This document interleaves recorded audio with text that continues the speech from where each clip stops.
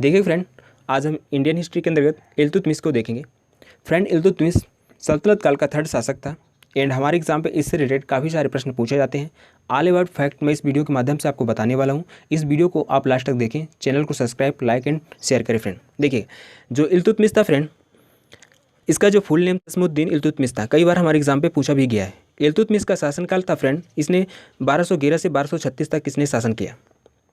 देखिए, सल्तनत काल में हुआ क्या कि सल्तनत काल में पहले जो शासक किया तो ऐबक ने किया, कुतुबुद्दीन ऐबक। ओके, इसके बाद उसका जो पुत्र बैठता है और उस पुत्र का नाम था आराम शाह।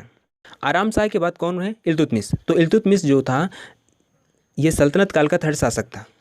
ओके, अब इसने 1211 से 1236 तक शासन किया।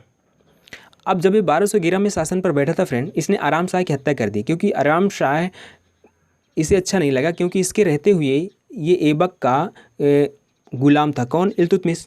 आपको बैठा दिया, मुझे नहीं बैठाया। इसके कारण से इसने क्या करवा दी? इसकी हत्या करवा दी, जुट के निकट इसकी हत्या करवा दी और खुद गद्दी पर बैठ गया। तो इस प्रकार से इसका जो शासनकाल स्टार्ट होता है तो 1211 से 1236 तक ये शासन करता है।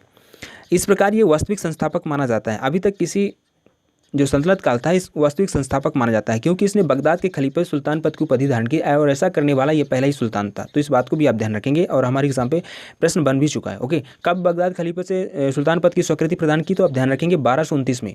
कब? 1229 में। अब ये जो इल्तुतमिश था फ्रेंड, ये कुतुबुद्दीन ऐबक का गुलाम था। ओके, इल्तुतमिश जो कुतुबुद्दीन ऐबक का गुलाम था। इल्तुतमिश के शासनकाल में 1206 में ये कहाँ का था? गवर्नर था, ये बदायूं का गवर्नर।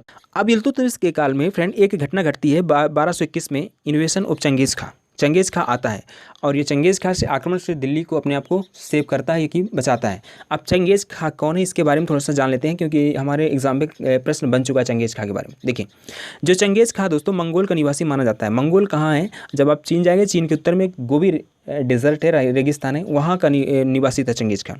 ये काफ़ी निम्न जाति के लोग थे और ये कबीलों में बटे हुए थे। ठीक है, और ये काफ़ी मांस वगैरह खाते थे, ये ज़्यादा साफ सफाई नहीं करते थे, गंदे किस्म के व्यक्ति था ये। तो ये कबीलों में बटे होते थे ये लोग, जो इनकी जातियाँ थी कबीलों में बटी होती थी। उन्हीं जातियों में से आता है चंगेज खां। और चंगेज खां को इंडिया क्यों आना पड़ा फ्रेंड, इस बात को जानिएगा। देखिए, चंगेज खां के भाई की हत्या जलालुद्दीन मकबरनी ने कर दी। ठीक है, मकबरनी। अब जब इसके भाई की हत्या कर दी और जलालुद्दीन जो मकबरनी था हत्या करके इल्तुतमिश की शरण पे आ गया। जब इल्तुतमिश की शरण पे आ गया तो जैसे ही इसको पता चला चंगेज खां को, तो इसने इल्तुतमिश को एक संदेश दिया कि अगर आप ऐसा करते हैं तो मैं आपकी दिल्ली को तहस नहस कर दूंगा। ठीक है, क्योंकि फ्रेंड जो चंगेज खां है, चंगेज खां को सबसे बदनाम शासक माना जाता है। इस बात को आप ध्यान रखेंगे। बदनाम शासक क्यों कहते हैं फ्रेंड? क्योंकि इसने अपने सेनापति को कहा था कि जब मैं मर जाऊँ तो मेरे दफनाते समय जितने भी व्यक्ति जाएँ सारे व्यक्तियों को मार दिया जाए। ऐसा इतिहास से हमें पता चलता है। ओके, तो हुआ क्या कि जलालुद्दीन जो मकबरनी था तो इस इल्तुतमिश की शरण पे आ गया और इसने संदेश भेजा। तो इल्तुतमिश ने जलालुद्दीन मकबरनी को अपने यहाँ शरण नहीं दी। इस प्रकार से चंगेज खां से आक्रमण से दिल्ली को इसने बचाया। किसने? इल्तुतमिश ने। और ये इसका महान कार्य था, इस बात को आप ध्यान रखेंगे। अब इल्तुतमिश के जो कार्य थे, इसने शुद्ध अरबी के सिक्के चलाए। पहला शासक था जो शुद्ध अरबी के सिक्के चलाए। इसने क्या किया कि टाका और टाल सिल्वर की जगह उसने जीतल किसकी जगह? कॉपर की जगह इसने जीतल की स्टार्टिंग करवाई। इसी प्रकार इसने तुर्क ए चेहलगानी 40 तुर्क सरदारों का गठन किया। ये 40 तुर्क सरदार थे, हेल्प करते थे किसके? शासन करने में इनकी हेल्प करते थे राजाओं की, जो शासक था। ओके, इस बात को भी आप ध्यान रखेंगे। अब देखिएगा, इसने थर्ड काम किया, इक्ता प्रथा की शुरुआत की। इक्ता प्रथा फ्रेंड, ये धन के स्थान पर भूमि वेतन के रूप में देना था। अब होता क्या था कि कुछ ऐसे इनके शासन में कि वहाँ पर दूर दराज थे और वहाँ से कर आना या ले जाना संभव नहीं हो पाता था, जिसके कारण से ये लोग क्या करते थे? वेतन के स्थान पर उनको भूमि दे देते थे। ओके, तो इस बात को भी ध्यान रखेंगे। तो इक्ता प्रथा किसने शुरुआत की? हमारे प्रश्न एग्जाम पे कई बार प्रश्न बन चुका है, इक्ता प्रथा की शुरुआत किसने की थी? तो आप ध्यान रखिए, इल्तुतमिश ने की।